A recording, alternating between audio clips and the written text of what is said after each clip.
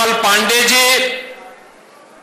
महानगर अध्यक्ष हरिशंकर राजू यादव जी, उत्तर प्रदेश सरकार में मंत्रिमंडल के मेरे वरिष्ठ सहयोगीगण चौधरी लक्ष्मी नारायण जी, प्रभारी मंत्री श्री संदीप सिंह जी, महापौर श्री विनोद अग्रवाल जी, विधायक मथुरा शशिकांत शर्मा जी, विधायक गोवर्धन ठाकुर मेघनाथ सिंह जी, माननीय सांसद चौधरी तेजवीर सिंह जी, जिला पंचायत अध्यक्ष चौधरी किशन सिंह जी, विधान परिषद सदस्य ठाकुर ओम प्रकाश सिंह जी, माननीय विधायक श्री राजेश चौधरी जी, माननीय विधायक श्री पूरण प्रकाश जी, आज के इस कार्यक्रम में उपस्थित अक्षय पात्र वृंदावन चंद्रोदय मंदिर के अध्यक्ष श्री चंचला पतिदास जी, अनंत वीरदास जी, कैवल्य पतिदास जी, अर्कुर कृष्णदास जी, आज के इस कार्यक्रम में उपस्थित भारतीय जनता पार्टी के हमारे सभी पदाधिकारीगण और उपस्थित सभी बहन और भाइयों, भारतीय जनता पार्टी के राष्ट्रीय अध्यक्ष के रूप में निर्वाचन होने के उपरांत माननीय राष्ट्रीय अध्यक्ष जी का उत्तर प्रदेश में प्रथम आगमन है और वह भी उनका आगमन योगेश्वर श्री कृष्ण की इस लीला भूमि वृंदावन से प्रारंभ हुआ है। मैं इस अवसर पर उत्तर प्रदेश के सभी कार्यकर्ताओं की ओर से, उत्तर प्रदेश की जनता जनार्दन की ओर से उनका हृदय से स्वागत करता हूं, अभिनंदन करता हूं। बहन और भाइयों, हमारे राष्ट्रीय अध्यक्ष श्री नितिन नवीन जी एक युवा ऊर्जा के प्रतीक हैं। 5 बार बिहार विधानसभा में पाटलिपुत्र से विधायक के रूप में आप अपनी सेवाएं दे रहे हैं। भारतीय जनता पार्टी के संगठन के भी विभिन्न पदों का आपने ईमानदारी पूर्वक निर्वहन करने के उपरांत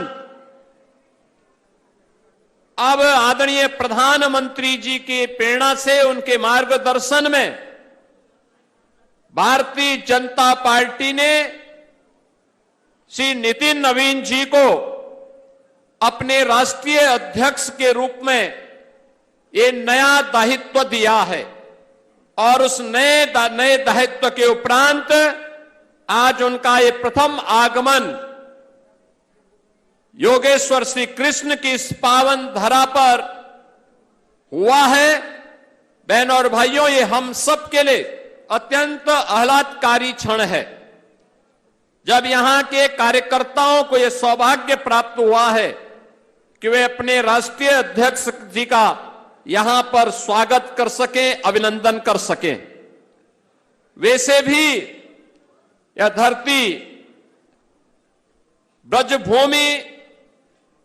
हमारी प्राचीन काल से ही तीर्थ भूमि रही है।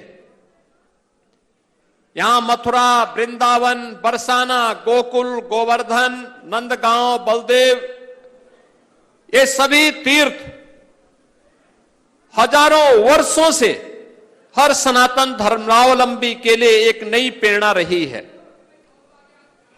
यहां के रज रज में, यहां के कण कण में श्री कृष्ण का, राधा रानी का और हजारों वर्षों की उस विरासत का अंश आज भी श्रद्धालुजन ढूंढता है, उसके साथ अपना तारतम्य स्थापित करने का प्रयास करता है। लेकिन यह हमारा सौभाग्य होगा, अंत्योदय के प्रणेता पंडित दीनदयाल उपाध्याय जी की भी पावन जन्मभूमि इसी मथुरा जनपद में पड़ती है। इसी मथुरा जनपद में उनकी पावन जन्मभूमि होने का सौभाग्य प्राप्त हुआ है। और ब्रजभूमि भारत की आध्यात्मिक और सांस्कृतिक विरासत के साथ ही अब आदरणीय प्रधानमंत्री जी की प्रेरणा से विकास के एक नित नए प्रतिमान को स्थापित करते हुए आगे बढ़ रहा है। आज उत्तर प्रदेश आदरणीय प्रधानमंत्री जी की प्रेरणा से अब बीमारू राज्य नहीं है, बल्कि भारत की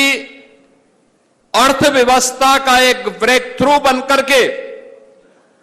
भारत की अर्थव्यवस्था का एक संबल बन रहा है। निरंतर पिछले 5 वर्ष से अधिक समय से उत्तर प्रदेश अब रेवेन्यू सरप्लस स्टेट के रूप में डबल इंजन की सरकार डबल स्पीड के साथ न केवल बड़े बड़े इंफ्रास्ट्रक्चर के कार्यों को जमीनी धरातल पर उतारती है, हर नागरिक को सुरक्षा का एहसास कराती है, बल्कि गरीब कल्याणकारी योजनाओं के माध्यम से भी बिना भेदभाव के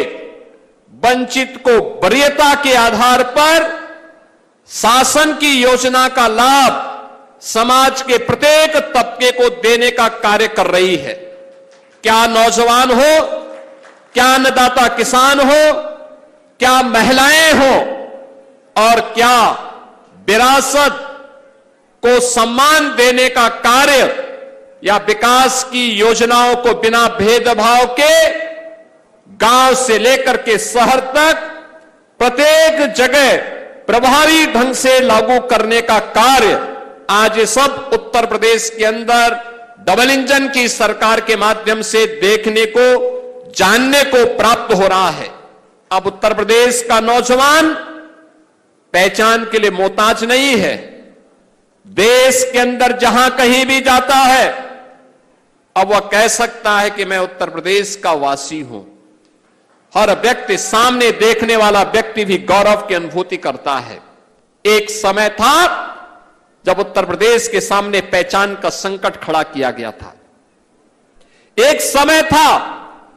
जब यहां की विरासत को लोग कोसने का काम करते थे,